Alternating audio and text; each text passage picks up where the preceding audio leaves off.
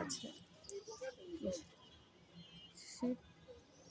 মেহেদি গাছ, পেঁপে গাছ, শাক,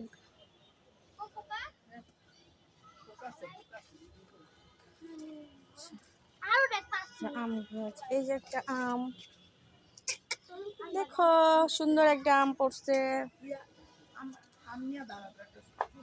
দেখো এত সুন্দর সুন্দর আম।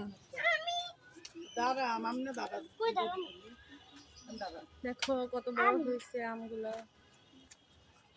ধরো ও এই পাশের গাছগুলা সুন্দর।